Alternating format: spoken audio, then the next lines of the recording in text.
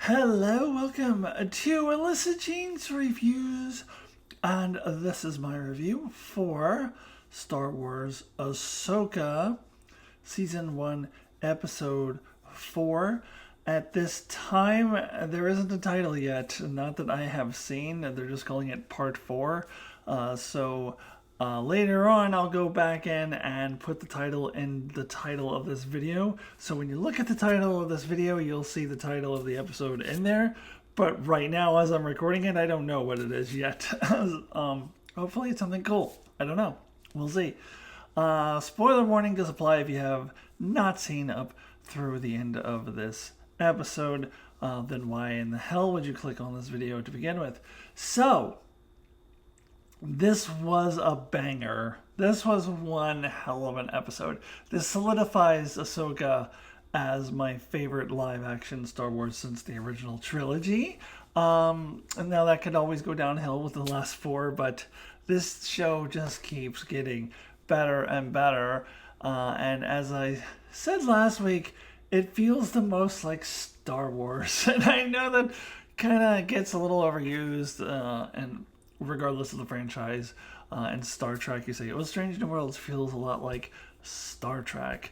And people say Discovery doesn't feel like Star Trek. What do we mean by that? Ahsoka is nostalgic in the best way. Like, it brings back that feeling of the original trilogy without being overly fan servicey or overly nostalgic. So it doesn't have like any moments like hoo-hoo, remember that, hoo-hoo, but it just has the feel of Star Wars. An example in this episode is the lightsaber battles, not just the battles itself, but the dialogue that goes with it. The old Obi-Wan has taught you well, how they're always kind of talking back and forth. The dialogue between Baylan and Ahsoka, and then later Baylan and Sabine, although there's not a lightsaber fight going on then, but you know what I mean. Baylan is a great fucking villain. He has this really calm, peaceful way about him. He's very Jedi-like, and you can almost be fooled into thinking he's good, except that he definitely has evil aims. He is after power. We don't know specifically what motivates him yet, but he has talked about great power, and he's definitely an evil guy, but he has this calm demeanor about him. Great character, once again played by the unfortunately late Ray Stevens. This episode was just action-packed in the best of ways. Great lightsaber battles, great dialogue, and that ending. I mean, we knew Anakin was coming this season if you've seen the trailers at all, but holy shit. We got something to talk about with that. Great ending. Probably not to get hyperbolic, but I think the best ending of any live-action Star Wars show that there's been. I mean, Mandalorian, Obi-Wan, Andor. This is the best ending of any of those. It is not just fan servicey. It is intriguing. But we'll get into that. I can't wait to talk about that ending. But god damn, this was a good episode. This show just keeps getting better and better. And now I'm repeating myself. So let's go ahead and get through, not scene by scene exactly, but let's talk about some of the highlights of this episode.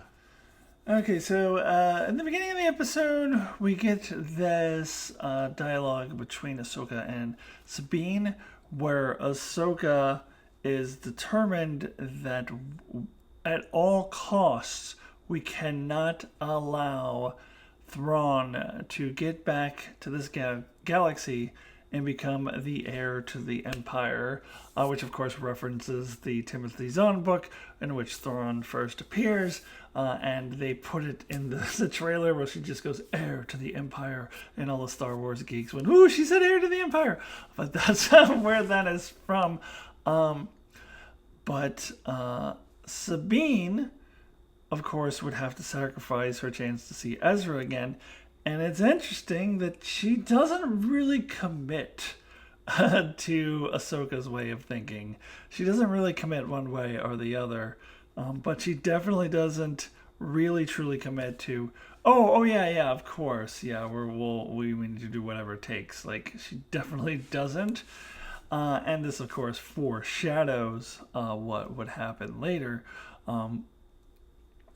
So that was interesting and important dialogue, but it does not take very long for us to jump straight into the action.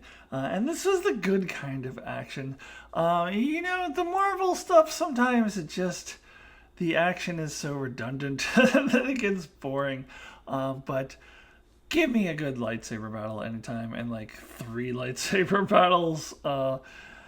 So good. And let's talk about Merrick. Is it Merrick? I think was the name of the Inquisitor-looking dude who was spinning the lightsaber really fast, like a helicopter. And that was badass, by the way. Ahsoka just kind of cut him in half while he was spinning the lightsaber. So, he's apparently the smoke monster. I don't know. So, I will admit that I actually watched a video today on Star Wars Meg on her channel where she will often talk about the leaks, and usually pretty reliable. They're not 100%, but usually pretty reliable. So, and she gives you all the spoiler warnings, so you don't have to watch it if you don't want to. But she said that, so there's these leaks that reveal what Merrick's identity is. So I had to watch that. I was intrigued. And it was correct. She said that he was made of smoke. So the leaks were correct. And so I watched that video not too long before I watched the episode itself. So I didn't know for too long. But I did know. And when I heard that, my thought was, I really hope that's true, because thank God it's not fucking Ezra, because that theory was dumb. And I'm sorry I don't mean to insult anyone who is a proponent of that theory or was a proponent of the theory before it was proven, thankfully, wrong. But the whole concept of that makes no sense to me. So Ezra's going to come all the way back from the other galaxy off screen and turn to the dark side off screen. You're going to have the star of the best animated Star Wars show turn to the dark side off screen? No, you're not going to do that. And there's also, of course, the possibility that he's just pretending or whatever.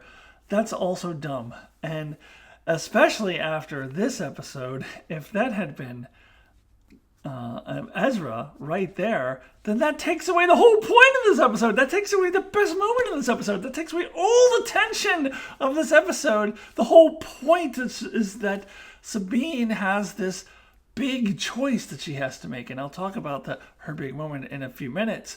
But she has this big decision that she has to make, and all of that is undercut if Ezra's already over here in our galaxy, not our galaxy, but the main Star Wars galaxy. And he's turned evil. They would undercut all of that. So, God, I'm thanking God that wasn't the case, because it's so dumb. So I'm so glad. Now, as for the fact that he was made of smoke, do I want some kind of explanation for that? I mean, sure, would be nice, but I don't feel like I need it. Whatever, he's made of smoke. Let's move on. I don't really care. I never cared about that character anyway. Didn't have any particular attachment to who he was, other than I didn't want him to be Ezra. Otherwise, I didn't care who he was. So I don't care if they never explain why he's made out of smoke. Does not bother me one single bit. Not at all. I am totally fine if we get no explanation.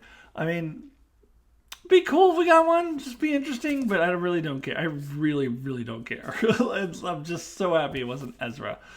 Anyways, so we get a lightsaber battle between Sabine and Shin as well.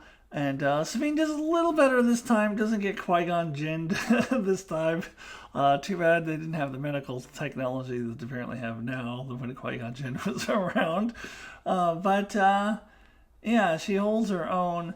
But still is getting overwhelmed by Shin, because Shin is a better trained Jedi. But I love the scene where she holds her hand out like she's doing the Force, and actually that was in the trailer. She's holding her hand out like she's doing the Force, and Shin's like, "You have no power," and then she like does the sneaky like missile out of her wrist. That was awesome. That was awesome. That was badass. So good. Um, I do feel like Chris Farley. That is awesome when I talk about it, but it was awesome. Then we get the aforementioned battle between Ahsoka and Baylan. Baylan reveals that he knew Anakin. He just says, "Oh yeah, well everybody knew Anakin," but I have a feeling that there's probably more to it than that. I don't know whether we'll get that or not. But yeah, I said at the beginning of the video, I love this character. He has this nice, quiet, calm demeanor, almost to the point where he's like a good guy, but he's not. So that was a great battle, and then we have Ahsoka taking the map off of the thingy and burning her hand. She is handicapped when she's fighting Baylan, and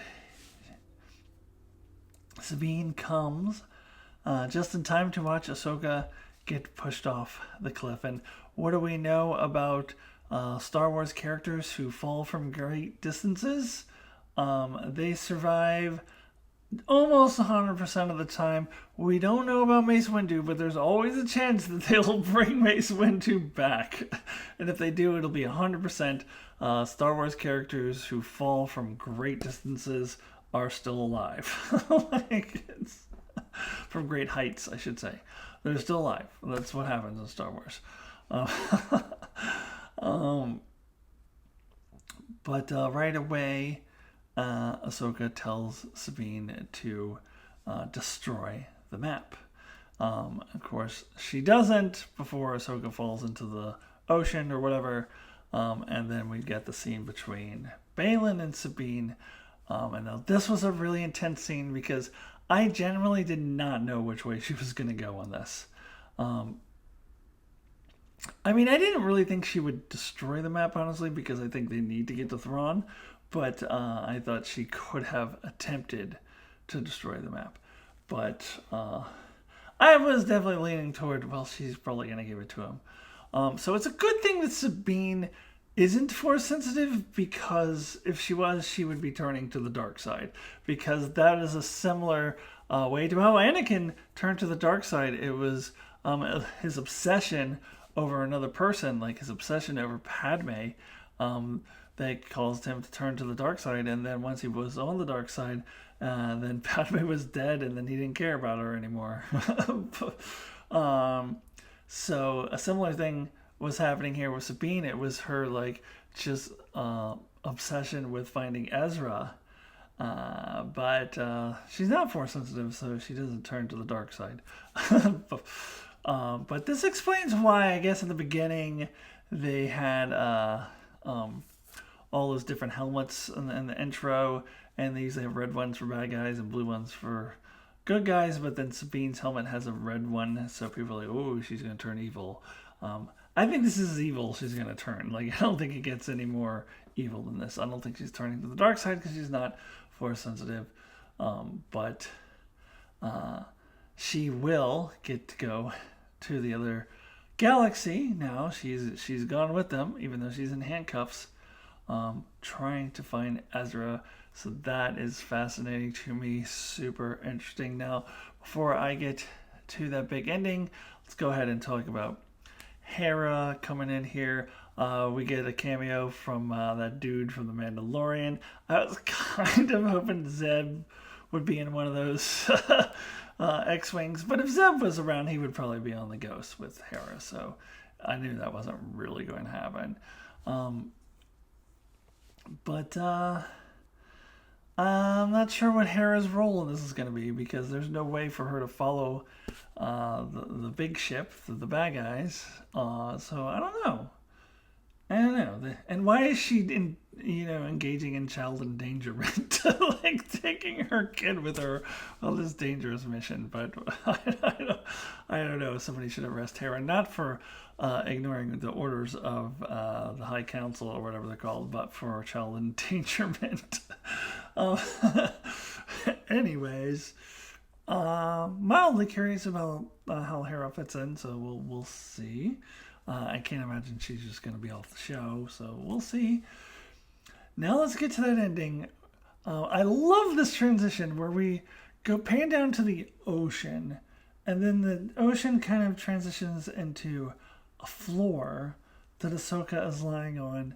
And this is WTF moment part 1. She's in the world between worlds from Star Wars Rebels. Something that the showrunners said, that I think Dave Filoni himself might have even said, oh, no, we're not showing the world between worlds. Liar! I'm so glad that there was a liar, because there it is. And then you hear the voice of Anakin Skywalker, and he says, I didn't expect you here so soon, which makes me wonder, is this the afterlife? Did she fall off the cliff, and now she's in the afterlife, but it's the world between worlds? Is the world between worlds also the afterlife? What is happening here? But that was such a what the fuck ending. I was like, yes! Oh, I want to see what happens next! This is such a good ending. I'm hooked. I want to see where this goes. I don't think she could be dead, but I want to see how the world between worlds plays into this. How does Anakin play into this? Oh, I'm so interested. And now we have our characters on that other galaxy. We get to see Thrawn. My guess is he's going to come out of the shadows at the end of next week's episode, but I don't know. He'll definitely be in there by episode 6, I think. So we'll see. But we've got that storyline. I'm so interested in this. I'm so intrigued. It's not just that there's a bunch of lightsaber battles, but the story is so good. It's drawn me in. This is a gazillion times better than all 3 seasons of The Mandalorian and season 1 of Andor combined. This is the best Star Wars live-action show. Anyways, that is my feeling on this episode. Let me go ahead and wrap up this video with my rating out of 10. So my rating out of 10, with 1 being the lowest possible score, 10 being the highest possible score for season 1, episode 4 of Ahsoka, is a 10. This is so good. This is an absolute 10 for me. This show just keeps getting better and better. I cannot wait to see the second half of the season starting next week. Super pumped to see where we go next. How does Anakin fit in? The world between worlds. I can't believe it. Alright, so that does it for this video. Thank you so much for watching, and please join me next week as I review that Season 1, Episode 5. Also, check me out if you'd like to watch my Star Trek Lower Decks reviews starting this Thursday. Alright, everybody, have a good night. I'll see you soon. Goodbye.